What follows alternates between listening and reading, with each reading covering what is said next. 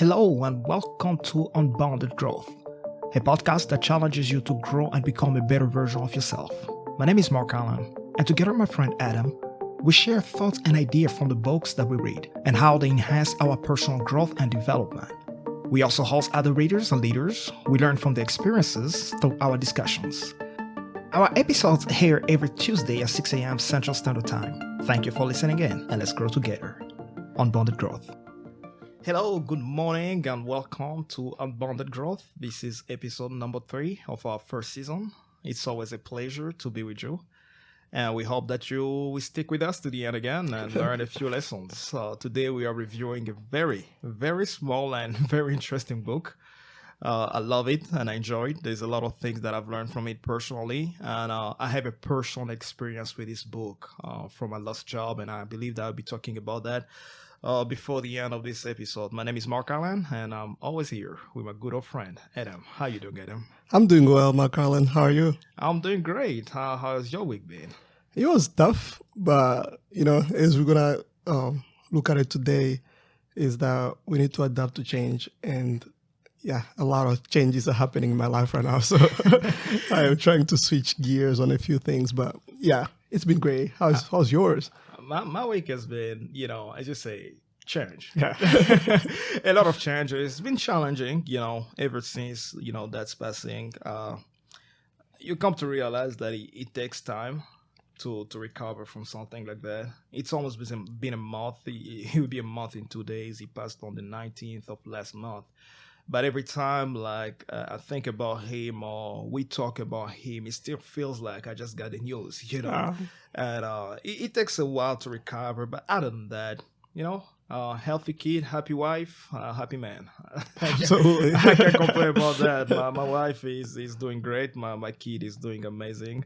And that's all I need to be happy. Oh, that's great. That's amazing. So today's book is one of those interesting books. It's a small book. It's literally a book. The YouTube version of it, and you can look it up on YouTube, is called Who Moved My Cheese? And it's literally an hour. You can listen to this book within an hour. And if you are like me and you listen at the speed of 2.0, then you can listen to it in about half an hour. But the lessons in this book are so invaluable. When I thought about this book, the thought that came to mind was, if you feel stuck in any ways in your life, if, for example, I don't know if you've heard the sayings like, man, the old days were the best days. Even myself growing up, I don't know, Adam, about you, but in my era when I grew up, I miss those days when kids used to go outside and play. Actually, dude, it's funny. There's the guy who made a song on YouTube. Right. And that song, he compiled all the songs we used to sing on the street back home. Right. And every time I would listen to them, it's just so funny. It brings back so many memories. And I can relate definitely with that. Where times have definitely changed. And unless you change, at some point you become outdated. There's one funny saying that I saw the other day on Twitter. It says it was encouraging people to read, and it say, hey, you better read because dinosaurs didn't read and today they're extinct. So I've always used it when I try to tell people, hey, if you don't read, tomorrow you'll be like dinosaurs and we talk about your history. But the reality is that change happens all the time. And until we adapt to change, we become obsolete. And whether it's in our relationship, whether it's in our line of work or whatever we do, if we don't adapt to change, we fall out of the competition, so to say. So before we get there, what book are we reading? I know we both read this book, but what book are you reading this week?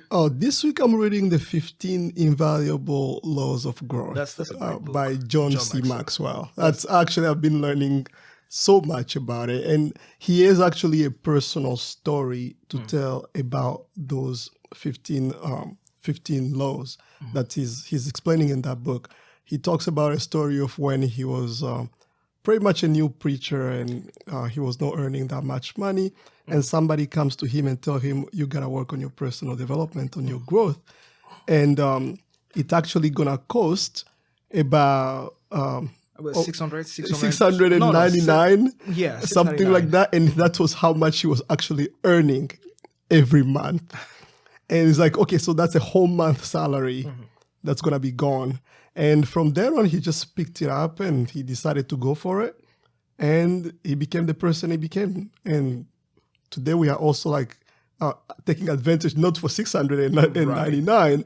We are getting it for like $15 for the book. But it's so many lessons I'm learning from it. I should be done hopefully with that book on Sunday. So it's been really great. And this is one of those books, Adam and I, when we thought about this podcast and we went back to listen to the first episode, we realized that for a book like the 12 Pillars, it took us 2 hours. We ideally want to review a book every week, but to be honest, some books we just can review them within one sitting. like the 15 Laws of Growth, when I read that book and I started reading it again, listening to it actually, and I realized one thing, man. If I have to share anything about the 15 Laws of Growth, I'll literally just like to sit down here and read it to y'all. Like as you listen, because there's just so many things. It's one of those books that you start underlining everything, and then the whole book is just read and read and read. So yeah, that's an amazing book. I was finishing up actually 2 readings this week. I started one reading, The Psychology of Money. Trying to put my finances together to be better at managing my finances. My finances are together. I just want to be better at managing them, thinking about investment. And it's a wonderful book. It's a wonderful book. When one statement that struck me says that Warren Buffett is, back then when the book was written, it was worth $84 billion. But more than $80 billion of that money, he earned it after his 65th birthday. Wow. Now, when you think about that for a second, it's like, okay. So sometimes we put ourselves into too much pressure. Today, everybody wants to talk about Warren Buffett and all that, but we don't want to give into the process of learning, of growing, or becoming the people that we ought to be. And then the other book I'm also finishing up is How to Ask Powerful Questions. Ask Powerful Questions. That book is amazing. I love that book. It's probably one of the biggest tools that I learned this year. It helps you network in the best way possible. It makes you a better speaker, actually. It makes you a better person to actually even attend meetings. Yeah. And meet people in general. So after reading that book, I think I shared that story before. That after reading Asking Powerful Questions and creating conversation that matters, I went on and talked to about 100 people in 1 week at UT Dallas. We started talking, had a conversation, and it was just, and we created actually real connections, and they're friends now, and we hang out sometimes. So it's really amazing that way. So it's a really great book. So I'm glad you're reading it. Yeah, absolutely. The funny story is the first time we met, I already had this book on my shelf, and I told you about that book. I read the introduction. I was like, Adam, I read the introduction of this book, and I loved it. And you just went ahead, purchased the book, read the whole book, and I'm still here, sitting here, and reading the book. I mean, and on top of what you just said, that it can help you in your networking, in your line of work. The other benefit that I found from this book, Ask Powerful Questions, is in my relationship, in my marriage. It's easy to ask a condemning question. Yeah, it's like, have you done this? Or why have you done this? Those questions where the person gets on their defensive.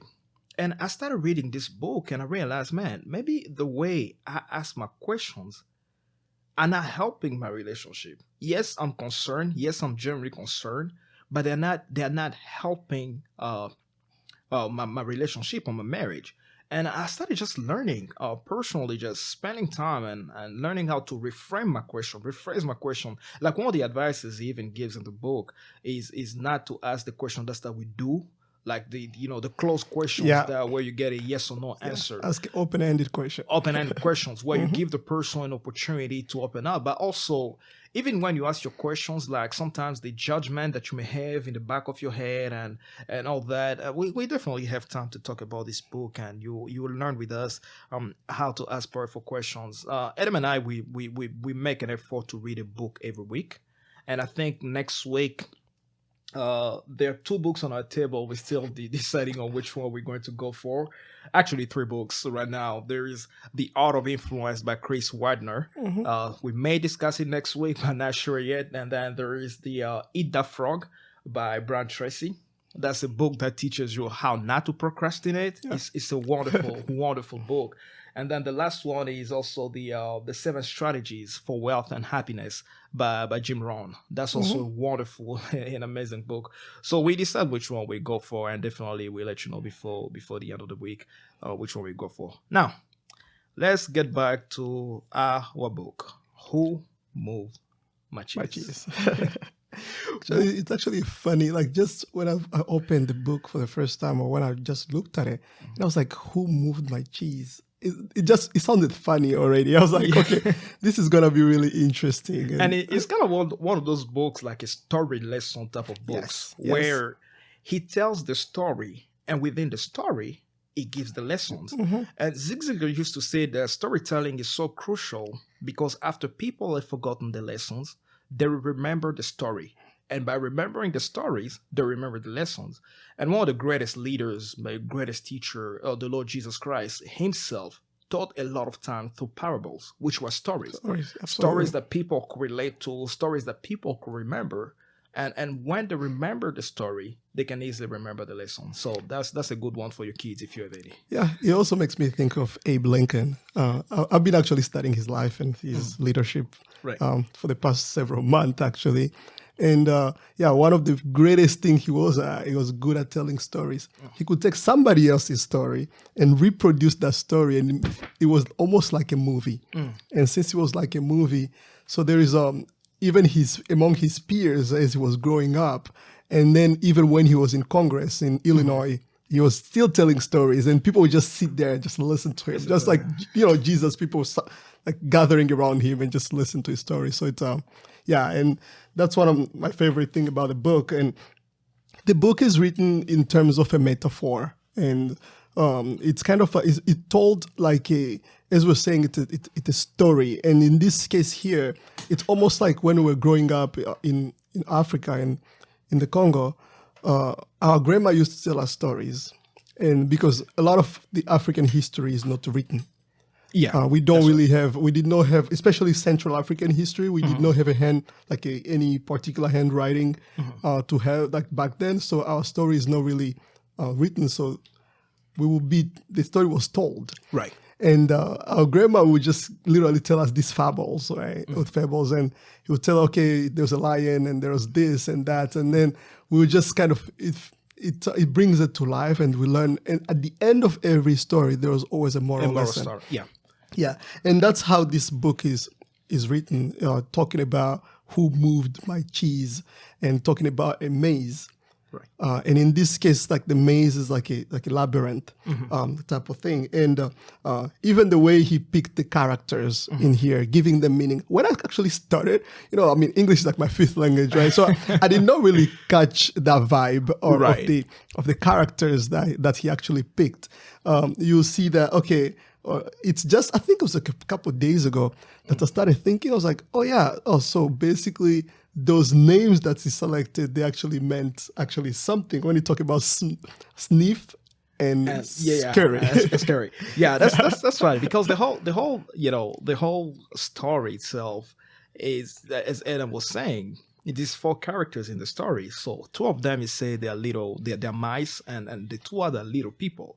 And the little people in this story, it kind of defines them as people that were a little smarter than the mice, because the mice, they don't have, their brain is not as powerful, and I think Adam has killed a few of them in his lab in his lab experiment as part of his PhD program. But we learn a lot through their brains and how they behave. But they don't have a strong memory. They don't remember a lot of stuff. That's why a mice, you can trap the mice 1,500 times, the same place, and he's still going to come back and fall into the same trap because they don't think like that. And Dr. Spencer talks about the little people who are a little bit more advanced than the mice because they had a brain and they could remember.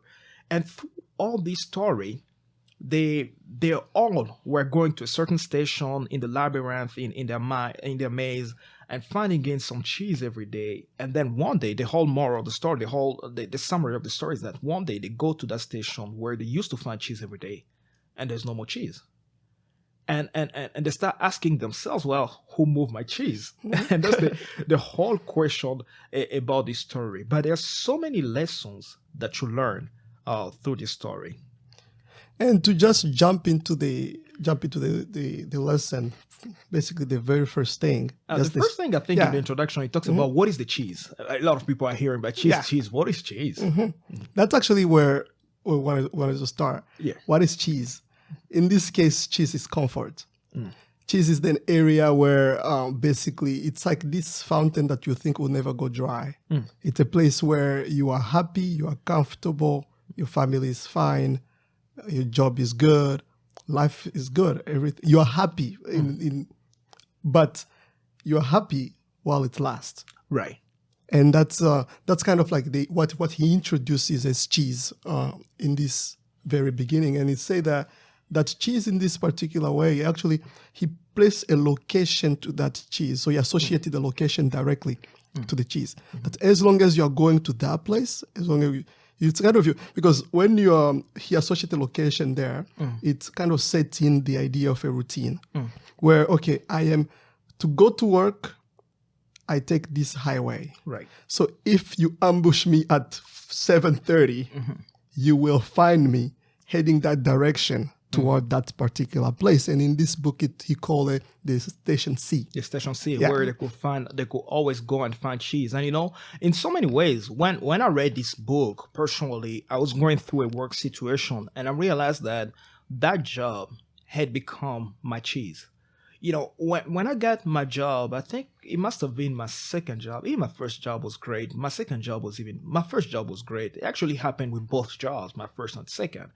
When I got my first job was right out of college. They actually hired me when I was still in college. You go from making little money to making twice as much. It makes you happy. And then things started changing within the company, and I didn't realize. And one day, everything changed. My cheese was gone. The place was no longer making me, as happy as I used to be and things of that nature. And I started struggling with the idea of will this ever be the place that I used to work at before? Will this ever go back to the good old days? Will this ever be again the place where I got hired as an intern? What I didn't understand is that things were changing and I was failing as a person to change with the company. The company was moving on. The company was doing amazing things. But as a person, I got stuck in my old way of doing things. So the first lesson that Dr. Spencer teaches here is that having cheese makes you happy. Whatever it is that you have in your hand that is making you joyful, it may be your marriage, as a lot of people who are married told me before, and as I'm learning as a person, the first 3 months, the first 6 months, the first year is usually the honeymoon phase, maybe your first 3 years. And then at some point, if you don't do anything about it, whatever was making you happy in your marriage, the same things may start making you sad. But how the lesson is, how do you avoid getting there? How do you anticipate change and go with it? Absolutely. And that's a huge lesson over there. Because I always say that the most permanent thing that ever existed is called change. Absolutely. So you cannot in your daily life, you're actually growing, even like your own biology forces you into change. It means that the only thing that stays actually behind is, I can say, it's your spirit or your mind. Right. Because the rest, everything else around you, even your own body, is consistently experiencing change. John Maxwell actually says that the only people in the world that welcome change are babies in their full diapers. Those are the only people that are okay with change. But all of us, we have to admit at some point that we resist change. And Adam was telling me a story. He said, I think he's a speaker. Can you tell that story again, where everybody's afraid of change, but we think that everybody else is afraid of change? Yeah. So basically, actually, he talks about it in the book. Dr. Spencer, so he walks in a room and he asks a question to everybody in the audience. Yeah. He said, like, who is afraid of change? And then nobody gets up. And okay, all right. So let's rephrase the question. And he goes, okay, who here thinks that everybody else is afraid of change? Then everybody gets up. And it's kind of a funny story that it's kind of some of his closing statements. He said, yeah, we always think that other people are afraid of change. And we kind of like keep ourselves immune to that. Like, yeah, I can adapt. I can change. And it's one of the greatest lessons I actually learned from this book. And the other thing is like, if you do not change, you become extinct. Yep. You completely lose who you are. You actually won't develop. You won't go anywhere in life if you do not actually adjust to changes. And I think that was the fourth lesson that we mentioned. But let me tell you about the second and the third one that we got from this book, is that the more you hold on to your cheese, the more important the cheese is to you, the more you want to hold on to it. It comes, again, to your marriage, to your relationship, to your work, your studies. The more you hold on to it, the more it's important to you. The more it's important to you, the more you want to hold on to it and retain it. But if you don't adapt, when things change, you lose your ground. It's like you go from a solid ground to a slippery ground, and you no longer know on what foot to dance. And then the third thing, which happened, of course, to Ham and O, which were the little people, they went into Station C, where they used to find their cheese every single morning. They would go to the same station and find their cheese. They get there, and there's no more cheese. And they're here battling in their mind, trying to understand like what's going on. And then he teaches another lesson. He says, sometimes things change and they're never the same again. Life moves on, and so should we. Absolutely. And it's something that's actually, I understood at the very early age. A lot of people think that I was confused, or I'm a person I have principles that are very basic, but then I tend to be very flexible. Right. With everything else that is not based on those principles. That sounds like the U.S. Constitution. Pretty much. You can amend it 10 times, right? Yeah. So that's it's one thing with my personal experience with change is that, okay, when I started off growing up, I saw my dad doing business. He was involved in a lot of things, and I wanted to be I knew that business is what makes you rich, right? So I wanted to study actually business. I wanted to be a business person, to make money, and so on. Funny enough, in Congo, we choose our majors in high school. Yeah. So you have to literally like know who you want to be by high school. Imagine like, well, 12, like I think I was 12-year-old when I was 13-year-old when I was in high school. Okay, now I'm 13-year-old and I have to choose my major. So I was like, oh yeah, of course, business. Like, yeah, let's jump in. And I want to do like in Congo, call it commercial, which is like basically like accounting and business administration. Yeah, pretty much. So I wanted to do that. And then, okay, my dad woke up one morning and he's like, I think he was just chatting with his buddies. And no, commercial is actually accounting. It's accounting. It's accounting. Accounting. Yeah. So my dad was just chatting with his buddies and one of his buddies, and I think they were discussing something and they ask each other, like, what your son going to do and so on. And then my dad goes, oh, you're going to do science. I was like, what? I was literally like here. Yeah. Like, who's moved my cheese? Like, literally, that's how I was. I was like, how? First of all, I was great. I was good at math. But everything else, like, I was like, I don't know how to do scientific drawings. Like, we had the class called like a design and scientific drawings. Right. We had advanced physics classes, advanced chemistry. I was like, man, I probably can do physics and math.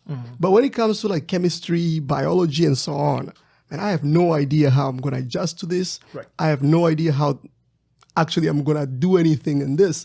And I ended up, I cried actually. My siblings, every time I talk to them about science today, they make fun of me like, hey, they tell me in Swahili, like, remember the day you cried. So now I found myself, my dad forced me in coming from an African family. Right. Is that, when dad said, sometimes you don't have that choice. No, you actually don't have any choice but do that. So I ended up in scientific studies. And I mean, I spent like a week or so because I had to do to transfer major to science. Now I get in science. Okay, that's when the challenges come, right? I think my first quiz in math, I get like a 5 out of 10. And I was like, man, income is still average, so you still feel good about it. Yeah. The end of the year, I failed math. That's when I'm like, Dad, I told you this is not for me. Is not for me. Right. And then I go, okay, I failed math. I had to retake the exam. In Congo, they give you a second chance. Right. Failed again. Okay, I only had one class that I failed, and it was math. So they gave me like a grace period for summer. Right. When again, okay, this time they let me pass. Next year, same thing happened. Started the year, failed math again first semester. And struggled so hard. And I was like, yeah, maybe this thing is not mine. And then that's again when I actually saw that there are things that I have to actually change. And in American pop culture, they usually call it like the belly of the whale type of thing, where it's like, basically you go through an experience and that experience creates so many changes in such a way that you come out of that experience as a different person and you get mentored by all these people. So the way I adapted to change in that case, I had to get sick, spend 2 months not going to school, spending so much time in libraries because I could not go to class, but I couldn't stop learning. I love to learn. Exactly. So I stayed home. I started reading a lot about mathematics, a lot about physics. And then my dad hired a teacher to spend 30 days with me to just fill me in. And he inspired me. He showed me in a changed way, in a simple way of actually solving this. Then I go, oh, wow. So it's not that complicated. Now I'm here. I'm getting a PhD in engineering and coming from there. And that's also, I'm going to share a little later on actually how that also really goes through a lot of changes and iterations. So yeah, that is one other thing. And that's amazing, just hearing your story about how you struggled with math starting up, and here you are getting a PhD in engineering. And that's one thing we mentioned at the beginning. Sometimes we just want life to happen. We don't want to go through the struggles. We don't want to learn things. As my pastor always says it, they say we live in a McDonald's generation. We want to microwave everything and just be okay at the end. But sometimes all this stuff take process. They take time for you to get there. Even my story with programming, I struggle. I struggle a lot with programming, but the more time I spend in it, the better I got at it. And one thing I realized we change is that a lot of times we don't change because we're afraid to change. And a lot of times when situations and things change around us, we don't want to adapt with them because we are so afraid, which leads us a little bit to our challenging question of the week. You want to ask it? Yeah, absolutely. What would you do if you weren't afraid? If you were not scared of whatever it is that you're trying to achieve, what is it, the thing that you can actually do if you are not afraid of anything? And we don't just want to ask you this question and for you to move on, and by the end of the day, you've already forgotten about what we asked. Actually, if you can, pause this podcast, pause it for a second, and write down what are the list of things that you will do if you're not afraid. My story with Adam is a little bit different. When I was in high school, I wasn't doing so good at math either. Then my parents thought maybe if you become a teacher, it'd be a better option for you because there's not a whole lot of math, there's a lot of cramming. And I wasn't so good at cramming either. I knew that between cramming and doing math, I would take math over cramming. So I went for mathematics and physics because I tried to do electricity, that didn't work. 15 years later, 20 years later, I realized that it's not that I wasn't smart or it was hard.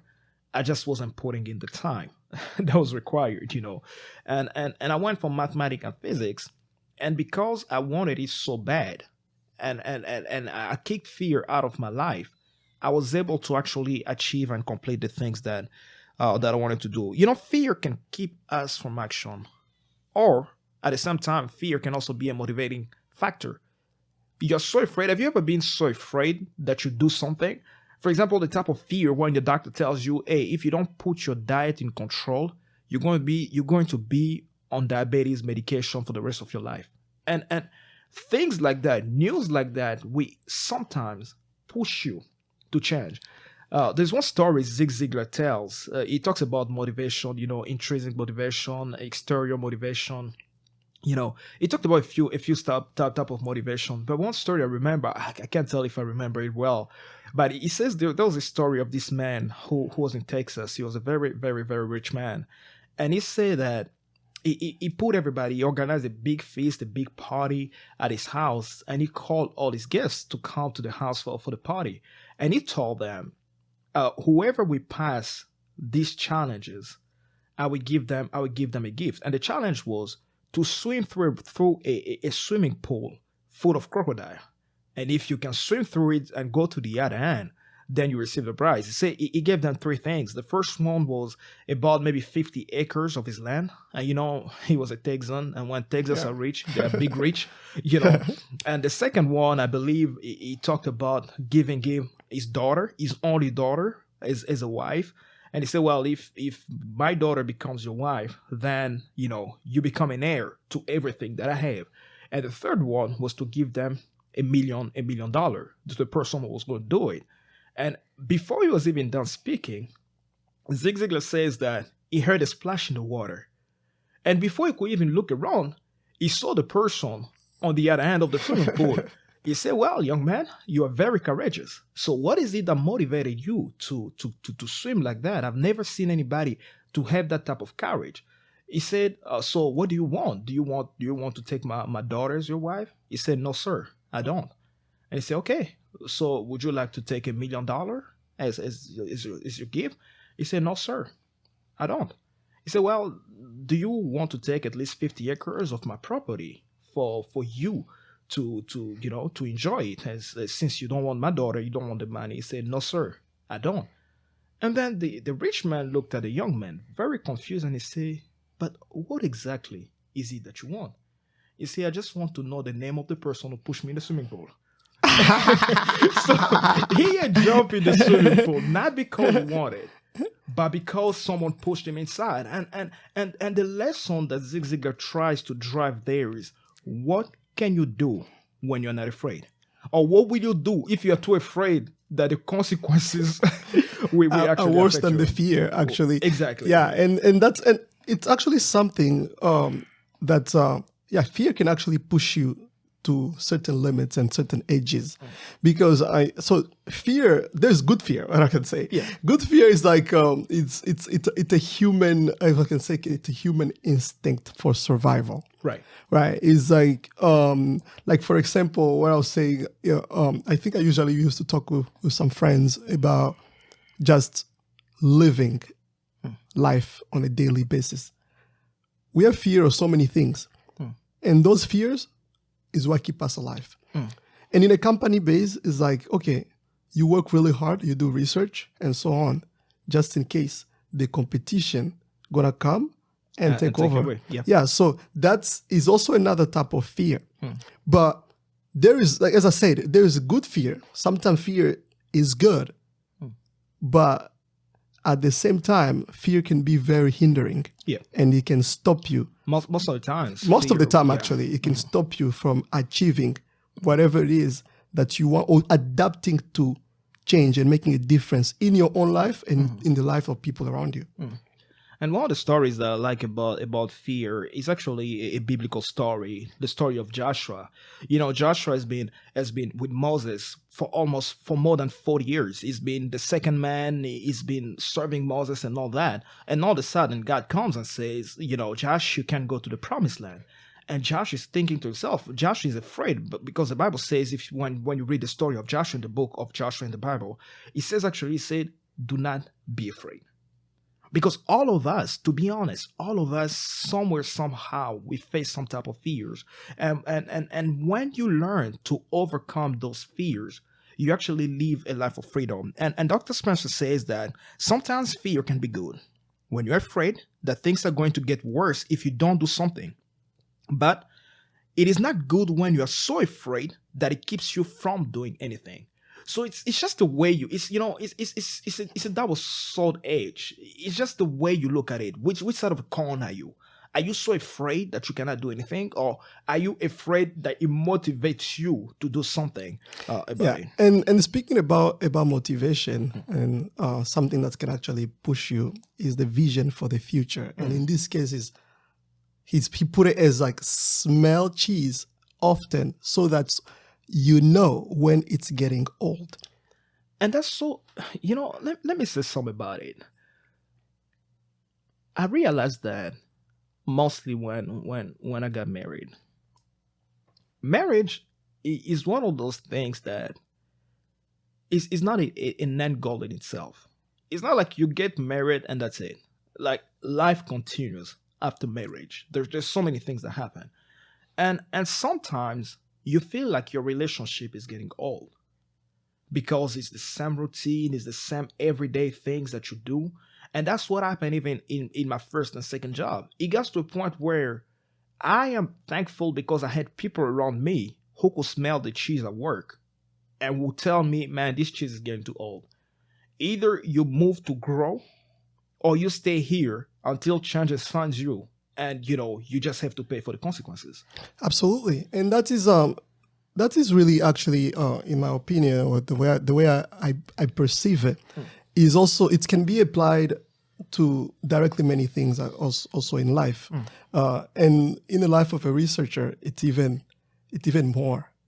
You'll be stuck and gathering around a certain thing. You literally just start circulating around, and you're not making actually progress. You are not actually making progress. You become I don't want to say really comfortable, because research, you can become a comfortable researcher where like you just go as far as basically your nose stop, or as far as you can see, and you are not really reaching new heights. Yeah. But there are things there are styles that you pick in your research. That's okay. It's of course your signature move or your way you've been doing things, but at a certain point, it's just getting old. It's something that was adapted in a pre-computer era.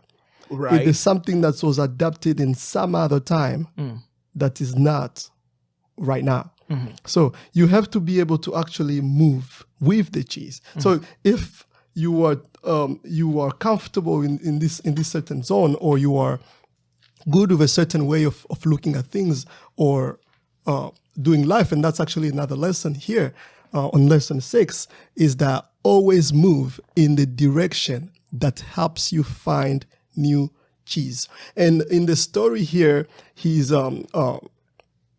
actually talking about some of those characters like Sniff and Scary, who did not have a lot of things to think about. And it reminds me of the principle that we use in science, like a KISS, right? Keep it simple and stupid. And it's just that they don't have a lot of things to think about. They don't have so many things in their life going on. They only know that, hey, if there's no cheese here, or if this cheese is getting old, I gotta find it's something time to new. move. And they move by instinct. Exactly. And I think the type of instinct that you want to keep, especially in corporate America or whatever job you are doing around the world, one of the things that you want to keep in mind is to always keep growing. Because, you see, I like the way he puts it, as Adam say, always move in the direction that helps you find a new cheese. When you are always improving your skills, you are always improving yourself, you are always getting a better education or things of that nature. When change happen, you are ready to adapt with it. Sometimes, and I've been guilty of this, guilty of not having a job, guilty of not working hard enough to make myself marketable. But the reality is, in terms of depression, inflation, there's still some people that are getting richer. Absolutely. And when the economy is as strong as it was in 2016 and 17, some people are still going broke. So it doesn't, the world around us is always going to change. The things around us are always going to change. But what are the changes that we are making to adapt to all those situations? And then you mentioned something here. You say that the quicker you move on from the old cheese, the sooner you find new cheese. And I love that. And I think it talked about in the story of, you can actually see that in all the different characters, at least the one that actually moved the direction of the cheese, right? It talks about Sniff and Scary, of course, they just rush out right after they see the change. They didn't even think twice. Yeah, they were gone. And then there is a Ho who took some time to actually now move it to that direction. Right.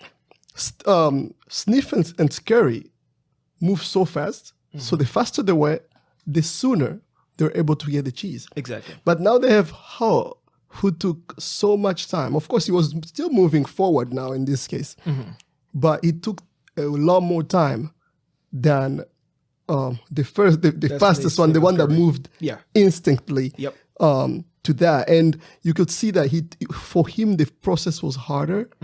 And he had to convince himself so many times and have a lot of battles before he can actually able to adapt to the new change or reach the new goal and the new objective. And that's very crucial, because here's the reality: change is coming. Change will always come. You know, when Democrats take power, Republicans always think, man, the good old days when we had a Republican president, things were good. When a Republican takes power, then the Democrats are always thinking, well, the good old days when we had a Democrat president, things were going so good. And the reality is that every 4 years or so, you will always either have a Democrat president, a Republican president, and it goes along with everything in life. Your boss will change. You get to a certain point where your career requires you to maybe move to another city, or maybe the house, the apartment that you like, they increase the rent. What do you do when economic situation change? Like today we're talking about gas being here in Dallas in the United States where we are, a gallon is going for maybe $4.85. In some places it's $5. Is this the new normal? I pray that it's not. But if this becomes the new normal, are we going to stop working? Are we going to stop doing the things that we do? The police officers will they stop doing their job simply because gas is too high? No. At some point, we have to adapt. And if the job that you are doing right now is not helping you to get to where you want to get, if your school or the place where you live does not help you to get where you want to get, then it's time to learn to move. I love one of the biggest sayings that I had while I was still in college. I had it printed on my wall in my bedroom. It was, if you are not comfortable where you are, move. Because you're not a tree. Absolutely. A tree is the only thing that can't move itself. Someone has to lift it up. But if you are not comfortable where you are, whether it's your relationship, your current relationship, your job, your school, or the city you live in, whatever capacity that you have that can help you move away from that place, you go ahead, use it. And there is something that I just want to add to what you just mentioned there, is the influence of others when it comes to change. And you can see that in the story of the two mice, they just moved, right? It's instinct. They smell, they go. And now you have the two human who, of course, human are social being, right? We like approval. We like being around people. We like to know what other people think. And that's why, social media is like such a huge industry right now, because it's really fit to who a human is, actually.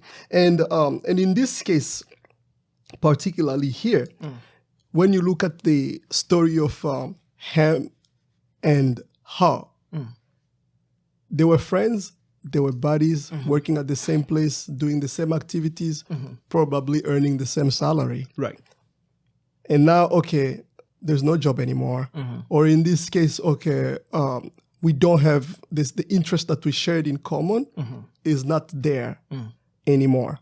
We have either to figure out something else, or somebody gonna hold the other one down. Right. And that's what happened in the story here, is that the sooner Ho figured out that Ham was holding him down, the sooner he actually started moving away. And one of the things actually that I like even a part of this story, and that I take it as a lesson, is that it doesn't mean we become enemies.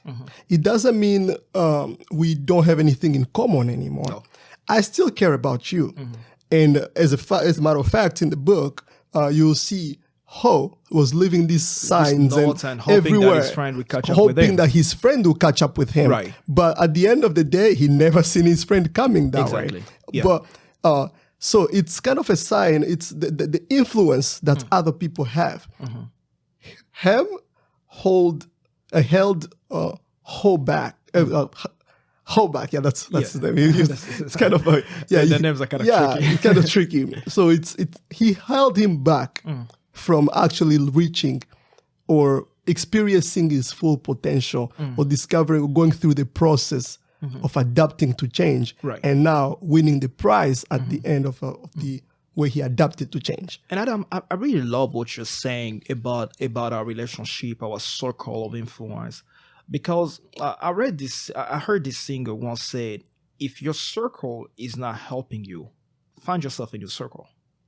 If you have visions and ambitions and things that you want to achieve in life, and the people around you are not helping you to achieve it, find a new circle. You can still be friends with them. You can still talk with them. As a matter of fact, I don't think anybody, I don't know. Like, I love talking to people. I enjoy having conversations with people and going and discussing things. But at the same time, if our conversations are not helping us, or if I'm trying to achieve something and the people around me, the people that I'm talking to, are not helping me achieve that, then there is really no benefit to us hanging on together for too long.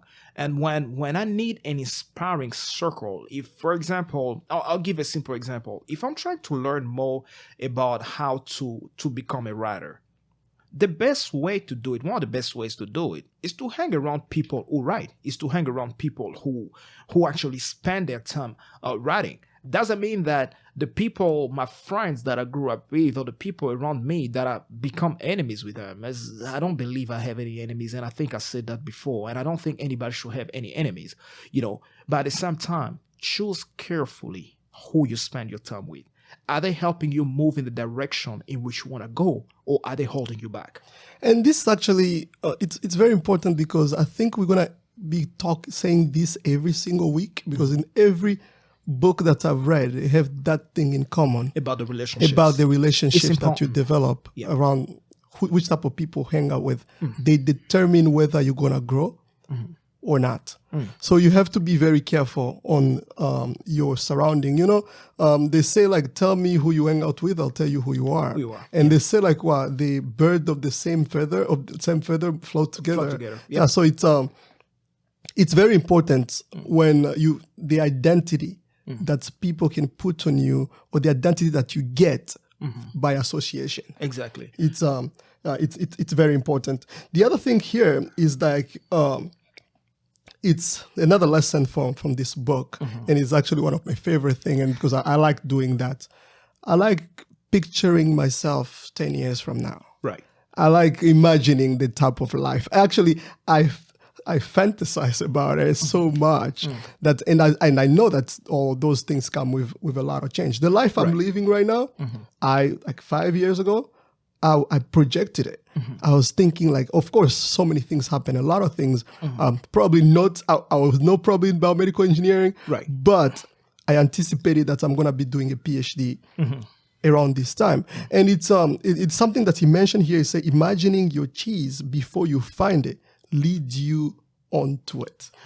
So one of the things is, like, just having a picture of your success, right, and putting that in your mind. It unlock some cues that later on you find out, oh wow, this, I thought about it.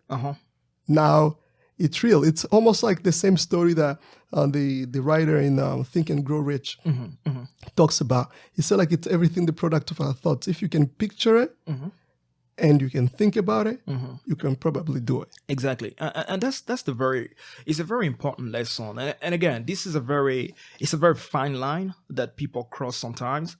Not everything you think will come to pass. Not everything that you think about will come to pass.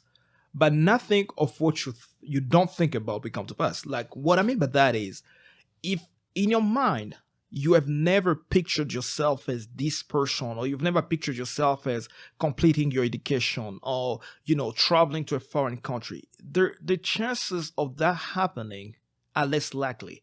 If you always think about that, you will always be sad in your life. And sometimes our lives are the direct effects of our thoughts. As a matter of fact, I like the way Craig Rochelle says it. He said that your life is always moving in the directions of your strongest thoughts. So my question to you is, what are your most dominating thoughts? Are they thoughts of depression? Are they thoughts of sadness? Or are they thoughts of happiness, of joy and peace? And the mind of a man is so interesting, because a simple thought can make you happy, and another thought can make you sad. Just a thought can make your a simple thought can give you strength, the courage to move on, and another thought can be like, I don't think I want to do this, because of what goes in our mind. That's why it's also important to pay a lot of attention to what we watch on TV, what we listen to, because they have a direct way of affecting the way we think. As a matter of fact, I think that biblical saying, Solomon in Proverbs, he said, as a man think, so is he. And there's actually a book by James Allen. That's one of my favorite books, and I think we talk about that in the future. What are your most dominating thoughts? Are they helping you to move in the direction in which you want to go? Like I talk to a lot of people, and I tell them, everybody on earth should read at least one book a year. That's the minimum I'll allow anybody on earth. I'll prefer if you did one a week, but everybody should read at least one book. And then the person may say like, but I don't like books. Yeah, that's the reason why you don't read books. Because if in your mind, you already telling yourself that I don't like reading books, there is no way you're going to read books. I remember when I was in college, it was challenging. I was going to work full time. I was in school full time, and I do a lot of work for my church as well. So almost every weekend I was at church, and during the week I was between work and school, and I hated school. I hated. I didn't hate the school itself. I kind of hated what school was doing to me. Yeah. You come back home, it's midnight, and you have to stay for an extra 3-4 hours to finish up your homework. And sometimes you're taking classes and you wonder how in the world this is going to help me in life. But I remember the mindset a friend of mine told me, and I didn't realize it until after graduation. He said, Mark, you really love school. I was like, why are you saying that? He said, because that's all you always said. I kind of tricked my brain into believing that I love school. So every time people ask me about schools, like, so how do you like school? I was like, man, I love it. I love this class. Even the class I hated the most, I was like, I love them class. Why? Because it tricked my brain into working. When you don't like something, you don't put effort into it. But when you love it, then you are more willing to put effort. It's like Adam today. If he hates his research, he's not going to accomplish anything. But the more he loves what he's doing, and the good old saying that says, the day you start doing what you love will be the last day you ever work in your life. You can also twist that a little bit. It also can be the time you start loving what you do is the time when you actually become successful at it. That's right. And it comes to what we talked about last week when you were sharing about your dad's legacy, is the love of the work well done. It's like if you can picture that, the end goal, if you can picture why you are doing all of this, surely you will be able to actually achieve it. Absolutely. And that is one of the very important thing. The other thing that I want to kind of like the ninth lesson that we have here is that the quicker you let go of old cheese, the sooner you find new one. We have mentioned that, but I want to just add a little bit to it by saying that when we talk about cheese, maybe a lot of people don't find where to apply it directly. Right. So I'm going to be very direct here in matter of relationships here.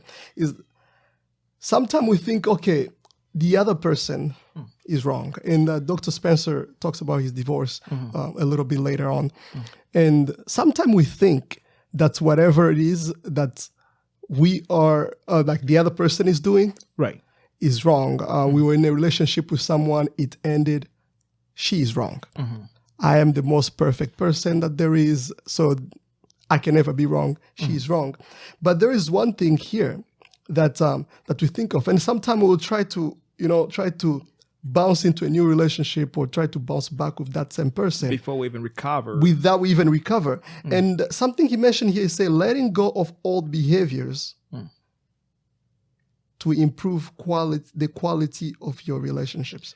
It's like, it's not that when we're saying that you have to let go of old cheese, it's not, okay, I'm gonna break up my relationship, or I'm gonna let go this person, or I'm gonna do the. It might come down to that, right? But when you go search through yourself, can you let go of the old behavior to find new cheese? Can you adapt to the new situation? Because when you started that relationship, everybody was happy at least the first couple of days. Then you start look, okay, maybe the behavior you started with is not working anymore. No longer doing, and you have to actually now change and adapt to the new circumstances that your life is offering. And I think even when we talk about the 5 languages of love, Gary Chapman talks about it, and not only goes with not only relationship, even our jobs or even our family. Sometimes it's not that the situation has changed; it's only that we've abandoned the behavior that helped us before. Or, if you're no longer finding success in what you're doing, the question is, what were you doing before to make you successful? I remember reading this story, and I don't know if I accurately remember the story, but it was the story of a merchant, one of the street merchants in Asia. He was standing on the street and making a good living. And then one day his son came, who had gone to college, came back and told him, "Dad, you don't know what's going on?" He said, "Well, the economy is bad and everything, we're going through an inflation." And his dad, who was waking up every day at 5 a.m. in the morning, setting up his selling station, started becoming a little bit sloppy. He started coming to work at 6, and then he started coming to work at 7. And guess what happened?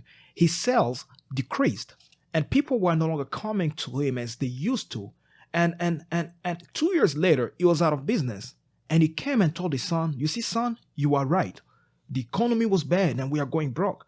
But did he really go broke because the economy was bad? Or did he go broke because he has changed his behavior or his way of doing things? So sometimes it's not really about your job situation or whatever, or your marriage or your relationship or your friendship. Sometimes it's not about that. Sometimes it's about you. And we as human beings, we are so lazy that we don't invest enough time looking into ourselves and spending time to write down and do an introspection and say, okay, this is what I'm doing wrong. This is what I used to do. This is what I'm no longer doing. And what are the things that I can do today to improve my tomorrow? Absolutely. And that's lead us to the next lesson that we get here is little progress is always better than no progress at all. And that's I connect that to Atomic Habits, the book that I read a couple months ago. And it's thus the power of marginal changes, marginal growth. It's like you are making those small changes that hold the bigger, the big things. And it's something that they say here. They say it is safer to search the maze than to remain in a cheeseless situation. And it's one of my favorite quotes actually there. It's like, so we use, when we used to talk about, I think one of my uncles, he would tell a story. He said, it's like a hunter. If you have only one trap and you set your trap there, you most likely won't find anything there. Right. But if you put 10 traps, that increases your likelihood by 10 times. And you have greater chance, at least one of them, at least one of them will have a meat over there or an animal's coat on that trap. And it's basically the same thing here is that, okay, if you just stop by one place, you stop by, okay, I went there, I didn't find it, and you give up. You are not actually, in this case, you are not reaching or you are not experiencing your full potential or everything that you can actually aspire for. And that, again, is connected again to what you envision. Because until you get what your vision is, you are not stopping.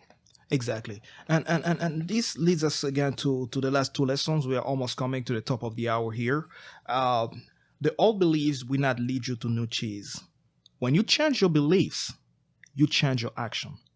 When you change the way you look at something, you change the way you behave toward that thing. When you change the way you approach your job, you approach your relationship, you approach your friendship, you approach your studies, when you change your perspective on it, you also at the same time change the way you act upon it. And the very last one is that noticing small change early helps you adapt to the bigger changes that are to come.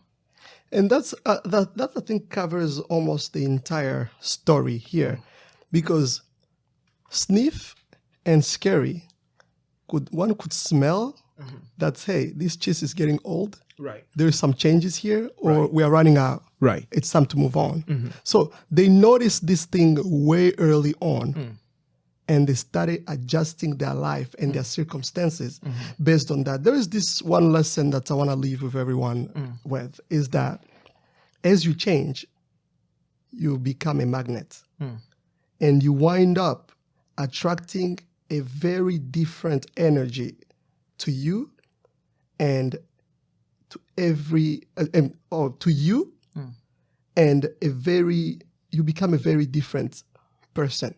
So to kind of just explain that correctly, is that the changes that you make in your life attract new things to you.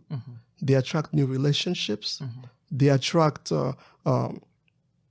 new opportunities around you, and it's what I'm actually living right now. When I made a few changes, like recently, I made a few changes in my social media. I made a few changes in my relationships. I made a few changes in just the way I do things, even at my office, and the way I work. And that actually attracted a whole new energy. And since I have a picture of what I'm trying to achieve and what I'm trying to accomplish at the end of the day, I surely believe that with the changes that I am actually making and the positive result I'm getting from those changes, I can actually achieve the picture that I have in mind. And going back again to the 12 pillars of success, Jim Rohn said, nothing changes until you do.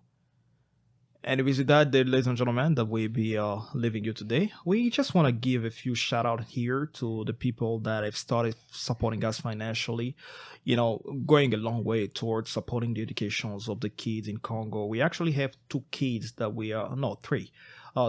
three kids from two different families that we are supporting in the Congo. There's a Boris scholar that is coming here. Absolutely, at the end of the month. So we're excited. We are so excited to be making such a positive impact out there. And your change, your help, your support, whatever, $1, $5, $10, $100 that you donate to us every month goes towards supporting the education of those kids out there and changing lives, making the world a better place.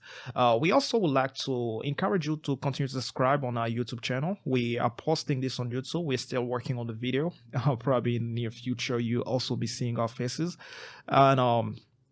And if you're still listening to us from your Apple Podcasts, your Google Podcasts, or Amazon Music, whatever podcast platform that you use, we really want to express our gratitude towards you.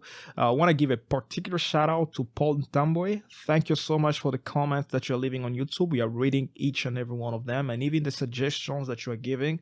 We will go back to the 12 pillars, of course, with more videos and go pillar by pillar, talk about personal development and what are the things that we do. And today is something that we forgot to talk about. What are the habits that we have, for example, that help us read?